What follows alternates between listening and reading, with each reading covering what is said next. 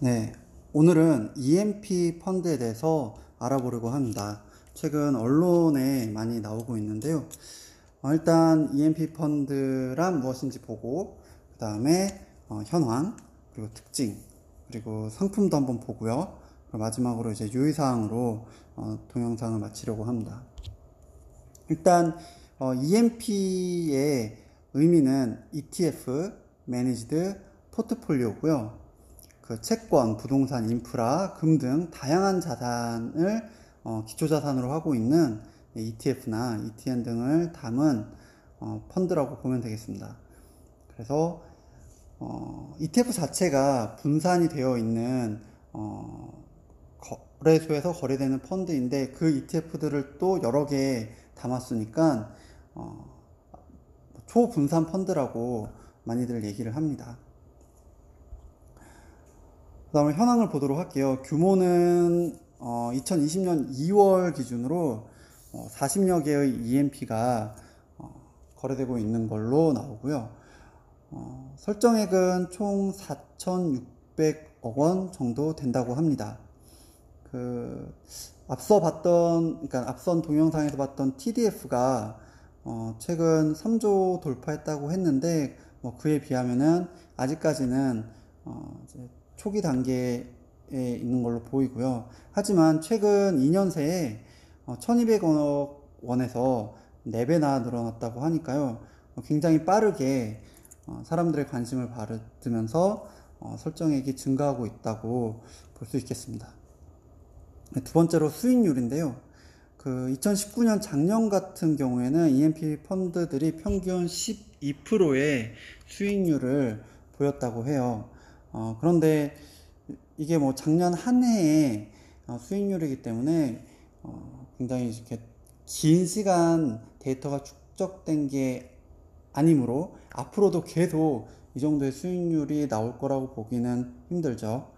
참고로 수익률이 많이 나왔던 EMP 중에는 20%가 넘는 수익률을 성과를 낸 펀드들도 있었다고 합니다. 그리고 지금 2020년 올해 같은 경우에는 지금 2달이 좀 안 되는데 1.4% 정도 된다고 하고요. 네, 그리고 특징을 보도록 할게요. 첫 번째는 이름에서도 잘 드러나지만은 분산 투자입니다. 다양한 지역에 글로벌하게 분산 투자가 가능하고요. 아주 작은 금액으로도 여러 업종과 지역에 투자가 가능하다라는 장점이 있습니다. 그리고 이렇게 분산 투자를 하다 보니까 변동성도 아무래도 낮겠죠. 참고로 이게 주식이나 일반 펀드보다 그러니까 주식이 아닌 일반 펀드들보다 매매가 용이한 ETF를 활용하기 때문에 펀드 매니저 입장에서 좀 더 쉽게 자산 조정, 그러니까 리밸런싱을 할 수 있어서 변동성 장세에 이제 대응이 쉽다라는 그런 장점도 있다고 하네요. 두 번째로 이제 EMP도 유형이 굉장히 다양해요. 그래서 ETF들을 어떻게 조합하느냐에 따라 이제 여러 가지 상품들이 나올 수 있고요. 어떤 해외 지역에 어떤 지역에 집중을 하느냐에 따라 달라질 수도 있고, 또는 특정 섹터나 관심 있는 자산에 집중된 EMP가 있을 수도 있습니다. 또는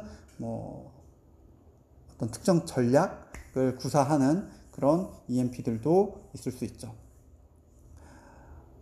세 번째는 수수료인데요. 기사들에 보면은 주식형 펀드 대비해서는 수수료가 낮다라고 나오는데 그렇게 유의미해 보이진 않아요. 평균 연간 총 보수가 0.86%라는 기사가 있더라고요. 근데 이게 펀드의 펀드다 보니까 이제 보이지 않는 수수료가 녹아 있기 때문에 어쨌든 싸진 않다. 하지만은 액티브 펀드인 거를 감안하면은 그래도 과하게 비싸다고 보기도 어렵다. 이렇게 생각이 듭니다. 그리고 네, 그리고 마지막 네 번째로 이제 리밸런싱인데요. 이게 그 주기적으로 펀드 매니저가 운용사가 ETF 비중을 조정을 합니다. 그래서 시장 흐름에 따라서 네, 그리고 그 투자 환경에 따라서 이제 대응을 할 수 있다라는 뭐 장점 또는 뭐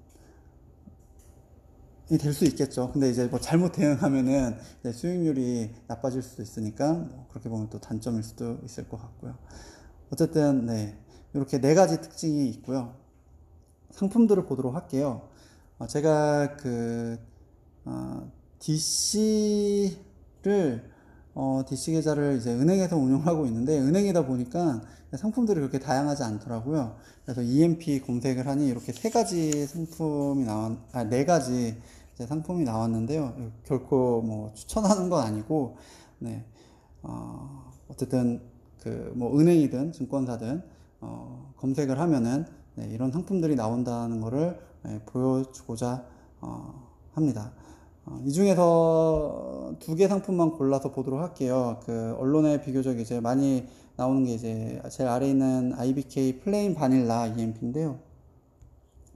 그 네이버에 가서 치면은 네, 기본적인 그 상품의 내용을 확인할 수 있고요.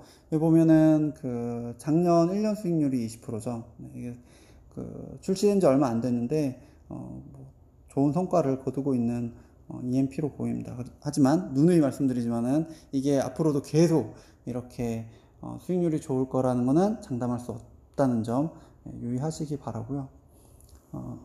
그리고 우측 하단에 보면 이제 총 보수가 나오는데 0.81%로 나와요. 그래서 평균 뭐 EMP 보수랑 거의 비슷하다고 보면 될 것 같고요. 그 아래로 보면은 포트폴리오에 있는 자산들이 나오는데요. 탑10 보유 주식들의 타이거 200 ETF, 그리고 타이거 미국 ETF, 그다음에 이건 주식이네요. 맥쿼리 인프라, 그리고 글로벌 X, 이거는 해외 ETF고요. 맵스 리얼티, 이거는 리츠죠. 네, 그래서 이런 자산들이 이런 EMP에 들어가 있다고 보면 되겠습니다. 뭐 이거 보시면 아시겠지만 이제 ETF들이 많은데 일부 ETF 아닌 자산들도 포함되어 있습니다. 그 다음으로 네, 한 개만 더 보도록 할게요. 한국투자 EMP를 보면요. 이 EMP 같은 경우에는 1년 수익률이 9%였고요. 그리고 우측 하단의 펀드 보수를 보면 네, 0.9%고요. 네, 거의 뭐 유사하죠. 그리고 네, 밑에 그 자산을 보면은 앞서 봤던 그 IBK 플레인 바닐라랑 좀 다른 거를 확인할 수 있는데요.